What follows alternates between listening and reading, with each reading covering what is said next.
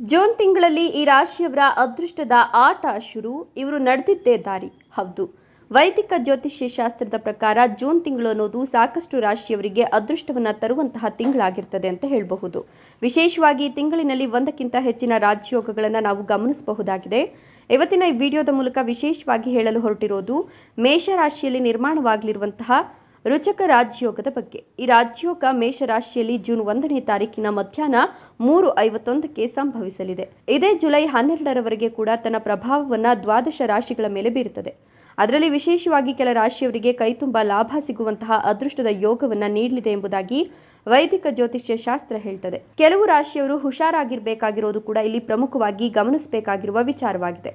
ಈ ರಾಜಯೋಗದ ಕಾರಣದಿಂದಾಗಿ ಈ ರಾಶಿಯವರು ಕೈತುಂಬ ಹಣ, ಬುದ್ಧಿಶಕ್ತಿ ಹಾಗೂ ಒಳ್ಳೆಯ ಘಟನೆಗಳು ಕೂಡ ಜೀವನದಲ್ಲಿ ಸಂಭವಿಸುವಂತಹ ಸಾಧ್ಯತೆ ಹೆಚ್ಚಾಗಿದೆ.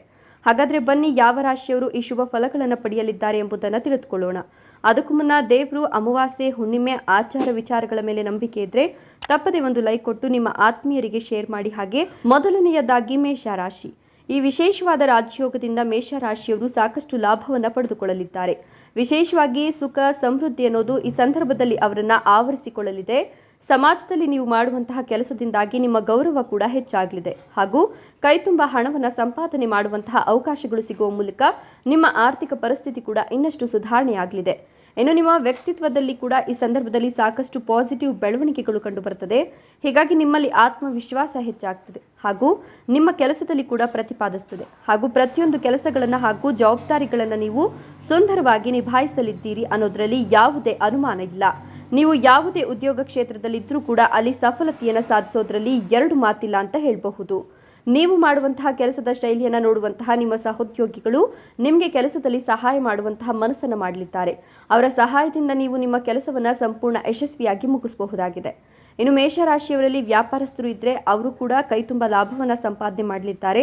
ಆರೋಗ್ಯದ ಸಮಸ್ಯೆ ನಿಮಗೆ ಕಾಡ್ತಾ ಇದ್ರೆ ಈ ಸಂದರ್ಭದಲ್ಲಿ ಅದರಿಂದಲೂ ಕೂಡ ಮುಕ್ತಿ ದೊರಕಲಿದೆ ಹಾಗೂ ನಿಮ್ಮ ಸಂಗಾತಿಯ ಜೊತೆಗೆ ಉತ್ತಮ ಕ್ಷಣಗಳನ್ನು ಕಳೆಯುವಂತಹ ಅವಕಾಶಗಳನ್ನು ಪಡೆದುಕೊಳ್ತೀರಿ. ವೃಷಭ ರಾಶಿಯವರು ಈ ಸಂದರ್ಭದಲ್ಲಿ ಧಾರ್ಮಿಕವಾಗಿ ತಮ್ಮನ್ನು ತಾವು ಹೆಚ್ಚಾಗಿ ತೊಡಗಿಸಿಕೊಳ್ಳಲಿದ್ದಾರೆ.